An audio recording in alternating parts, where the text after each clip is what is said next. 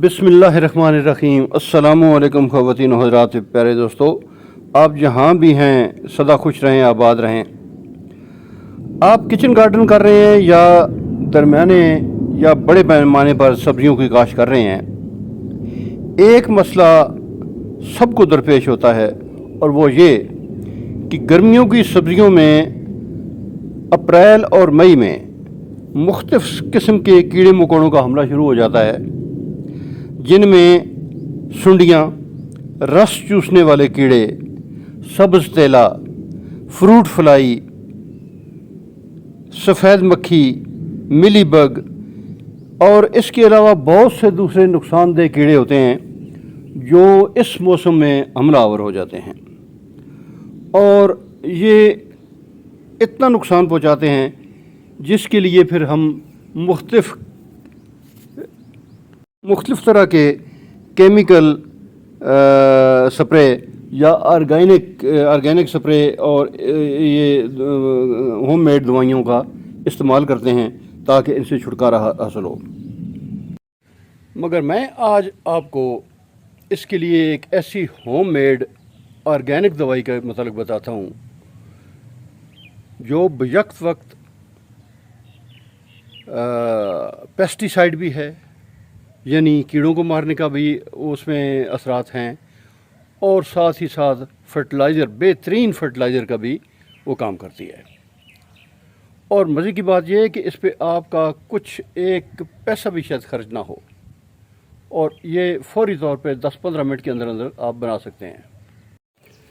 آج سے اگر 50-60 سال پیچھے چلے جائیں تو آپ یہ بات میری عمر کے بابوں سے پوچھ لیں کہ اس وقت نہ تو اتنے زیادہ کیڑے مکوڑے تھے، نہ ہی کیمیکل یا آرگینک سپرے تھے، وہ لوگ صرف ایک ہی چیز بار بار استعمال کرتے تھے،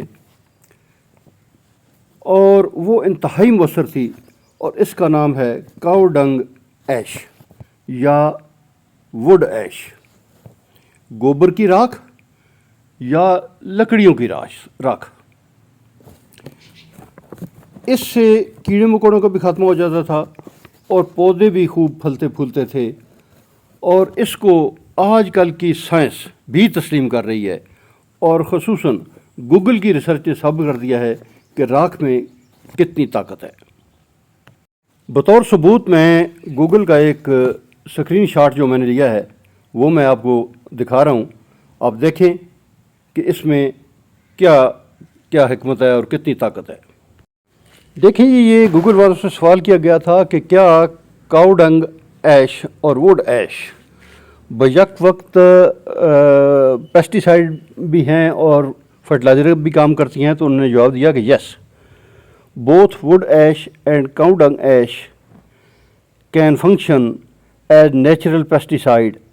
would ash particularly when used as a dust can kill insect by causing desiccation, while cow dung ash can act as both an insecticide and a fertilizer۔ اب مسئلہ یہ ہے جی کہ ووڈ ایش یا کاؤ ڈنگ ایش بنائی کیسے جائے۔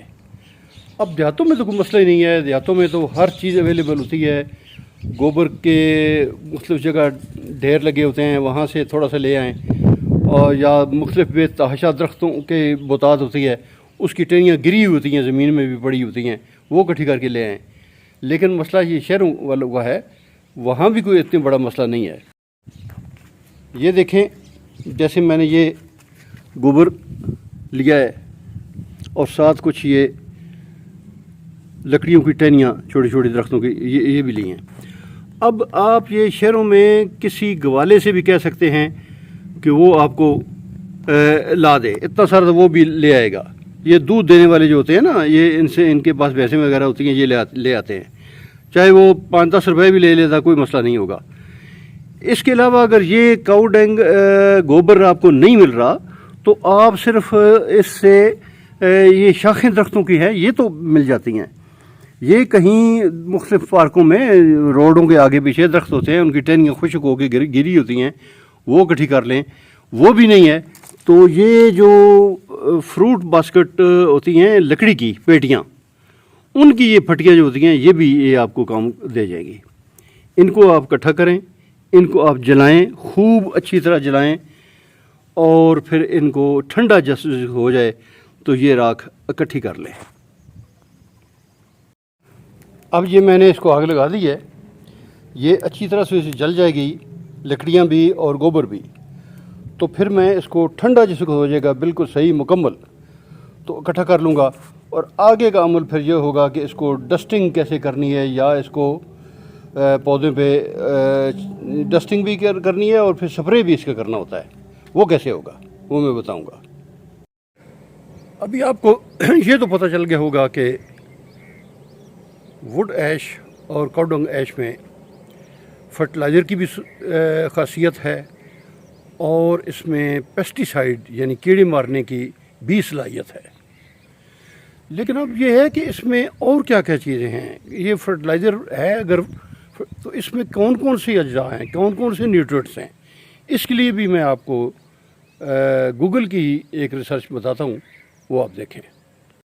اب آپ دیکھیں کہ گوگل کی ریسرچ کہتی ہے کہ ووڈ ایش یہ صرف ایسے جلی ہوئی چیز نہیں ہے، بلکہ اس میں کیلشیم ہے، پوٹاشیم ہے، میگنیشیم ہے، فاسفورس ہے، اور along with trace amount of other micronutrients. جبکہ کاؤ ڈنگ ایش کے متعلق وہ کہتے ہیں کہ while also containing calcium, potassium and phosphorus has a higher proportion of silica and is rich in other minerals like iron and aluminium. ابھی آپ نے دیکھ لیا کہ ووڈ ایش اور کاؤ ڈنگ ایش میں کتنی ساری زبردست اس میں نیوٹرینٹس ہیں.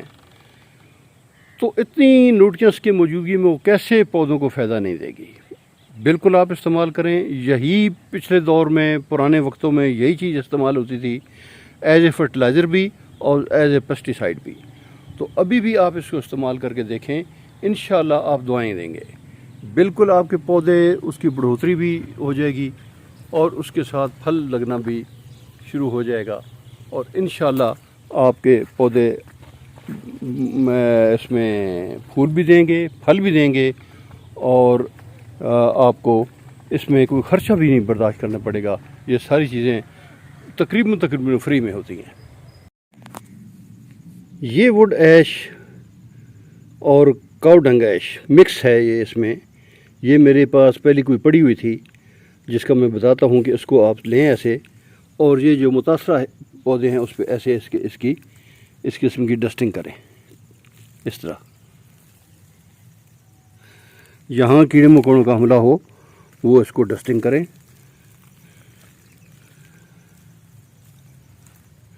اور انشاءاللہ یہ آپ کو یہ دیکھیں، یہ جو اڑ کے گئی ہے یہ کیڑا ایک، تو یہ اس کے لیے زہر قاتل ہے.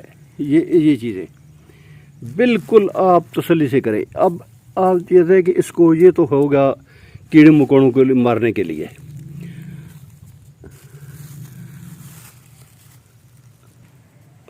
اب یہ ہے کہ یہ کیڑوں مکوڑوں کو مارنے کے لیے پیسٹیسائڈ تو یہ ڈسٹنگ آپ کس کی کریں وہ میں نے بتا دیا آپ کو. لیکن ایز اے فرٹیلائزر اس کو استعمال کرنا ہو تو وہ کیسے ہوگا.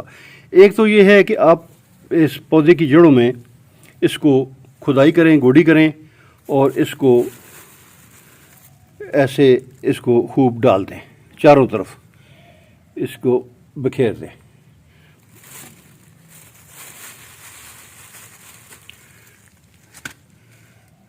یہ ایسے یہ بکھیر دیں